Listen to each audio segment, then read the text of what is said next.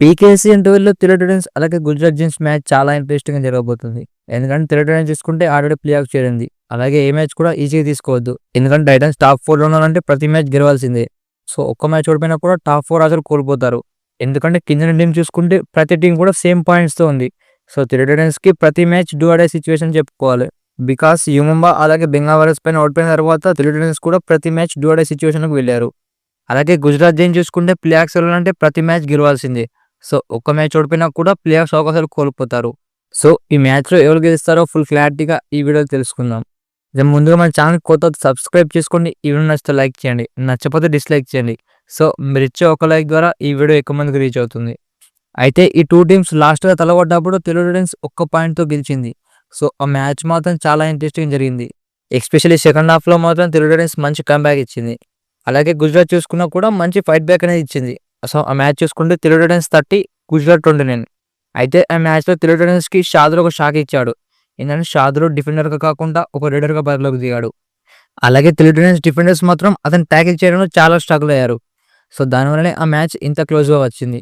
ఇంకోవైపు టైటన్స్ చూసుకుంటే ఆ మ్యాచ్‌లో డిఫెండింగ్‌లో మంచి రన్ ఇచ్చింది. ఎస్పెషల్లీ శుభన్ షిండే అలాగే అంకిత్. శుభన్ షిండే 4 టాకిల్ పాయింట్స్ సాధిస్తే అంకిత్ 3 టాకిల్ పాయింట్స్ సాధించాడు. అలాగే రైడింగ్‌లో చూసుకున్నా కూడా భరత్ కూడా 9 పాయింట్స్ సాధించాడు. సో ఆ మ్యాచ్‌లో తెలుగు టైటన్స్ చూసుకుంటే ఓవరాల్‌గా టీమ్ కలిసికట్టుగా ఆడింది. అయితే పీకేఎల్ 12లో ఈ 2 టీమ్స్ లాస్ట్ 5 మ్యాచెస్ చూసుకుంటే తెలుగు టైటన్స్ లాస్ట్ 5 మ్యాచెస్‌లో 3 మ్యాచెస్ గెలిచింది. అలాగే గుజరాత్ జెయింట్స్ చూసుకుంటే లాస్ట్ 5 మ్యాచెస్‌లో 4 మ్యాచెస్ గెలిచింది. అయితే గుజరాత్ మాత్రం లాస్ట్ 5 మ్యాచెస్‌లో మంచి ఫామ్‌లో ఉంది. సో తెలుగు టైటన్స్ మాత్రం మంచి ప్రిపరేషన్‌తో ఈ మ్యాచ్‌కి అడుగుపెట్టాలి. సో మనం ఏ టీమ్‌ని కూడా ఈజీగా తీసుకోవద్దు. అయితే ఈ 2 టీమ్స్ పాయింట్స్ టేబుల్‌లో చూసుకుంటే తెలుగు టైటన్స్ 16 మ్యాచెస్ ఆడితే 9 గెలిచింది, 7 ఓడిపోయింది. టోటల్ 18 పాయింట్స్‌తో ప్లే ఆఫ్స్ క్వాలిఫై అయింది. ఇంకోవైపు గుజరాత్ చూసుకుంటే 15 మ్యాచెస్ ఆడితే 6 గెలిచింది, 9 ఓడిపోయింది. సో టోటల్ 12 పాయింట్స్ ఉన్నాయి. అయితే ఈ 2 టీమ్స్ పీకేఎల్ హిస్టరీ ఎటు స్టార్ట్ చేసుకుంటే మొత్తం 13 మ్యాచ్లు జరిగితే గుజరాత్ 10 మ్యాచెస్ గెలిస్తే టైటన్స్ 3 మ్యాచెస్ గెలిచింది. సో పీకేఎల్ లిస్ట్‌లో చూసుకుంటే గుజరాతే మంచి డామినేషన్ ఉంది. బట్ ఈ 2 టీమ్స్ లాస్ట్ 3 మ్యాచెస్ చూసుకుంటే టైటన్స్ 2 గెలిస్తే గుజరాత్ 1 మ్యాచ్ గెలిచింది. సో లాస్ట్ 3 మ్యాచెస్ మాత్రం తెలుగు టైటన్స్‌కి ఫేవరబుల్‌గా ఉంది. అయితే తెలుగు టైటన్స్ లాస్ట్ మ్యాచ్ చూసుకుంటే పునర్పల్టన్‌తో ఒక మంచి విక్టరీ సాధించింది. సో తెలుగు టైటన్స్ పార్టీ పునెల్ 31. సో ఆ మ్యాచ్‌లో మళ్ళీ భరత్ కూడా సూపర్ టచ్ సాధించాడు. అలాగే శుభన్ షిండే కూడా మంచి ఫామ్‌లో ఉన్నాడు. సో సెకండ్ అయిపోయి కూడా సాధించాడు. అయితే ఈ మ్యాచ్‌లో చూసుకుంటే పునర్పల్టన్ ఫుల్ టీమ్ లేకున్నా కూడా ఇంత క్లోజ్‌గా వచ్చిందంటే తెలుగు టైటన్స్ ఎక్కడనో మిస్టేక్ చేస్తుంది. అయితే ఆ మిస్టేక్స్ ఏంటంటే డిఫెన్స్‌లో అలాగే డూ ఆర్ డై సిట్యుయేషన్‌లో చాలా రిస్క్ తీసుకుంటున్నారు. ఎస్పెషల్లీ 5 మెంబర్స్ ఉన్నప్పుడు పాయింట్ తీసుకురావడంలో చాలా కష్టపడుతున్నారు.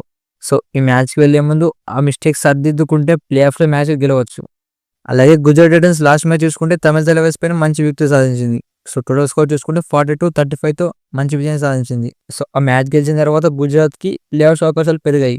ఆ మ్యాచ్ చూసుకుంటే ఇమాన్షు మాత్రం బ్రిలియంట్‌గా రాణించాడు. అలాగే అంకిత్ దయ్ చూసుకుంటే 6 టాకిల్ పాయింట్స్ సాధించాడు. అలాగే షాదుల్ 4 టాకిల్ పాయింట్స్. అయితే గుజరాత్ చూసుకుంటే మెల్లమెల్లగా కమ్‌బ్యాక్ అనేది ఇస్తుంది. సో గుజరాత్‌ని ఎక్కడ కూడా ఈజీగా తీసుకోవద్దు. అయితే ఈ 2 టీమ్స్ ప్రాబబుల్ స్టార్టింగ్స్ ఏం చూసుకుంటే తెలుగు టైటన్స్ భరత్ హుడా, విజయ్ మాలిక్ అయితే బెన్ అయితే చూసుకుంటే ఆర్సెనల్ ఓవర్ ఆడాడు. సో అతను ఒక్క పాయింట్ కూడా సాధించలేకపోయాడు. సో అతని స్థానంలో మంజిని తీసుకొచ్చే అవకాశం ఉంది. అవిధ్వాన్, అజిత్ పవార్, అంకిత్, శుభన్ షిండే. అయితే గుజరాత్ స్టార్టింగ్స్ ఏం చూసుకుంటే విశ్వాంత్, ఇమాన్షు, అంకిత్, నితిన్, రోహిత్, లక్కీ కుమార్ అలాగే షాదులు. అయితే ఈ 2 టీమ్స్ కీ ప్లేయర్ చూసుకుంటే తెలుగు టైటన్స్ భరత్ హుడా. సో తెలుగు టైటన్స్‌కి ప్రతి మ్యాచ్‌లో కూడా భరత్ హుడా ఒక కీ ప్లేయర్ అని చెప్పుకోవాలి. అయితే భరత్ హుడా పర్ఫార్మ్ చేస్తేనే తెలుగు టైటన్స్ గెలుస్తుంది. అయితే భరత్ హుడా పర్ఫార్మ్ చేయలేకపోతే తెలుగు టైటన్స్ ఎలా ఆడుతుందో చూడాలి. అయితే గుజరాత్ చూసుకుంటే కీ ప్లేయర్ షాదులు. సో షాదుల్‌ని ఈ సీజన్‌లో ఎక్కువ డబ్బు పెట్టి కొనుక్కున్నారు. అయితే వాళ్ళు అనుకున్న పర్ఫార్మెన్స్ మాత్రం ఇవ్వలేకపోయాడు.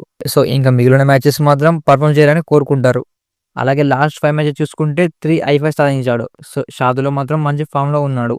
అయితే ఈ మ్యాచ్‌లో కీ బ్యాటిల్ చూసుకుంటే భరత్ హుడా, విజయ్ మలిక్ వర్సెస్ షాదులు. ఎందుకంటే భరత్ హుడా అలాగే విజయ్ మలిక్ ఎక్కువగా లెఫ్ట్ రైడర్స్. సో షాదుల్‌కి ఎక్కువ పై చేయి ఉండే అవకాశం ఉంది ఈ మ్యాచ్‌లో.